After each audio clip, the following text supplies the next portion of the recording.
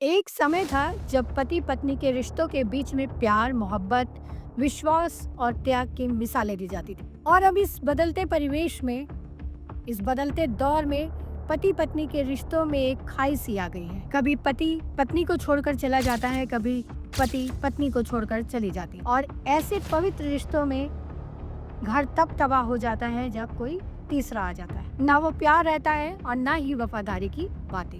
ऐसी एक सच्ची घटना लेकर हम आए हैं आज, जो बस्ती जिले की है और गणेशपुर की ये रहने वाली एक लड़की सादिया की कहानी है। नमस्कार दोस्तों, मैं हूँ सिमी भाटिया और आप देख रहे हैं ताज़ा खबर। बस्ती की रहने वाली सादिया का निकाह अतहर अली के साथ हुआ था 2015 में। सब कुछ ठीक ठाक चल रहा था, बहुत प्यार था, मोहब्बत थी। 2 बच्चियों ने जन्म भी लिया, बच्चियां बड़ी होने लगी धीरे धीरे। पर धीरे धीरे करके अतहर अली का मन सादिया से हटने लगा। अब वो सादिया को प्रताड़ित करने लगा, छोटी छोटी बातों में उससे लड़ने लगा, झगड़ने लगा। दहेज के लिए उसे प्रताड़ित किया जाने लगा। सादिया ने बहुत समझाने की कोशिश की, पर अतहर अली कुछ भी सुनने को तैयार नहीं था। सादिया के अनुसार सादिया को मारा जाता था, पीटा जाता था, गाली गलौज होने लगता था, जिससे तंग आकर के सादिया एक दिन अपने मायके गणेशपुर चली गई। फिर पता चला कि ये रिश्ता किसी तीसरे की वजह से टूट रहा था। सादिया को हमेशा अतहर कहता था कि मैं दूसरा निकाह कर लूंगा और मैं तुम्हें छोड़ दूंगा। बात वही हुई। शादी के कुछ सालों बाद अतहर अली ने मुंबई की रहने वाली एक मुजबिन निशा से निकाह कर लिया। इस निकाह की जानकारी जब सादिया को लगी, उसने अपने पति अतहर को फोन किया और कहा कि मैंने तुम्हारे निकाह के बारे में ये बातें सुनी हैं, क्या ये सच है? तो अतहर ने कहा, तुमने जो कुछ सुना है वो सच है। और उसे गाली गलौज करने लगा, धमकाने लगा। और इस बात को लेकर के सादिया ने अपने सास ससुर से ये बात कही, तो सास ससुर ने भी गाली गलौज करना शुरू कर दिया। सादिया जब इस बात को लेकर के वाल्टरगंज थाने में गई, तो वाल्टरगंज थाने से उसे ये कहा गया कि तुम रुधौली थाना जाओ, क्योंकि ये केस वहाँ का है। सादिया भागती हुई रुधौली थाना गई। वहाँ पे ही एचएसओ ने ये कहा कि तुम पिंक बूथ पर जाओ। जब सादिया पिंक बूथ पर गई, तो वहाँ पर उसे धक्के मार कर भगा दिया गया। क्या है पूरा मामला? मामला यही है कि 2015 में हमारी शादी हुई थी। जी फिर उसके बाद हमारे 2 बच्चे हुए। जी। फिर उसके बाद कुछ काफ़ी टाइम समय तक उसके साथ रह रहे थे। फिर उसके बाद मारने पीटने लगे। कितने साल रही हैं आप? हम उनके साथ 5 साल तक रहे। किन के साथ? अतहर अली के साथ। अतहर अली के साथ। अतहर अली के साथ रहने लगे, फिर मारने पीटने अतहर लगे। अली कहाँ के रहने वाले हैं? कहाँ शादी हुई है आपकी? हनुमानगंज मोराडीहा के रहने वाले हैं। जी। और हमारा मायका गणेशपुर है। जी। गणेशपुर बस्ती। तो मारने पीटने क्यों लगे? ऐसा क्या मामला था? मामला ऐसा, 2 लड़की थी। बोले तुम्हारी लड़की है। हाँ। फिर खाना पीना भी नहीं दे रहे, बहुत परेशान करते थे, बहुत पराधित करते थे। फिर उसके बाद अपने हम मायके रहने लगे। फिर हमारे ऊपर मुकदमा दर्ज कर दिए। कौन? अतहर अली ने। किस बात का?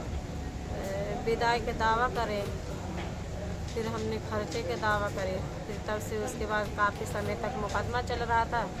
फिर जनवरी में 23 जनवरी को 2025 में शादी कर ली दूसरी। कितने शादी करी? दूसरी शादी करी अतहर अली ने।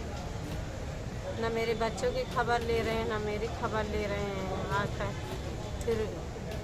फिर उसके बाद हमें जब सुने कि शादी कर लिया, फिर वहाँ गए, वाटरगंज गए। वहाँ से बोले रुधौली थाने पे जाइए। अच्छा, बस्ती के वाल्टरगंज? हाँ, बस्ती के वाटरगंज थाने पे गई। फिर उसके बाद जब गए, हाँ रुधौली थाने पे जब गए, नहीं, वाल्टरगंज गई थी ना? वाटरगंज गए थे, तो वहाँ बोले रुधौली थाने पे जाइए। अच्छा जी। तो जो रुधौली थाने पे गए, तो एसओ साहब ने लिख के दिया पिंक बूथ में कि जाइए मैडम, अभी सुनवाई करेंगे, वहाँ बुलवाएंगे।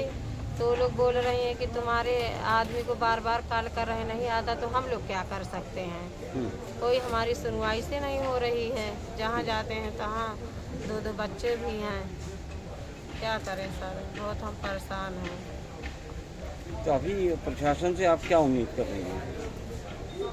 प्रशासन यही होना चाहिए कि अतहर अली को लेके यहाँ पे हाजिर करवाइए कि क्यों ऐसे इतना गलत काम कर रहा है।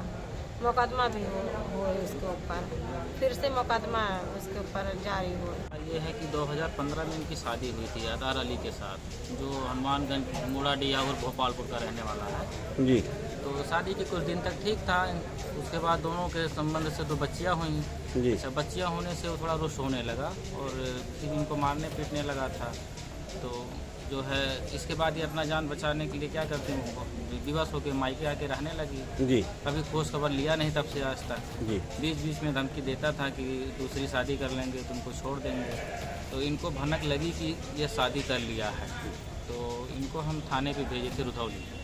तो वहाँ के जो कर्मचारी हैं वो उनसे बोले कि कुछ एविडेंस ले करके आओ, तब हम मुकदमा पंजीकृत करेंगे।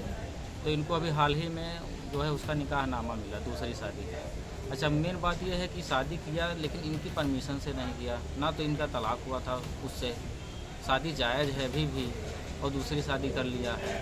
अब इनको एप्लीकेशन दे करके हम वाल्टरगंज थाने पर भी भेजे, तो वो लोग पल्ला खींचते हुए कह दिए कि आप रुधौली जाइए, आपका वहाँ से मुकदमा पंजीकृत होगा। इनको रुधौली भेजे जो है, तो वो लोग ऐसो वहाँ से कह दिया कि जाइए पिंक बूथ पे जाइए। अब वहाँ इनके साथ सब लोग बदतमीजी कर रहे हैं कि तुम्हारा पति आता नहीं है। अब आता नहीं है तो पकड़ने का काम प्रशासन का है, बुलाने का काम प्रशासन का है। जी ये महिला बेचारी क्या करेगी, ये तो खुद पीड़ित है, 2 बच्चे लेके इस थाने से उस थाने भटक रही है हफ्ते भर से। और मेन बात ये है कि इनको वो लोग खुद भड़का रहे हैं कि तुम चूतिया हो, तुम्हारा वकील तुमको चूतिया बना के भेज दिया है, तुम्हारा काम कोर्ट से होने वाला है, थाने से नहीं होगा।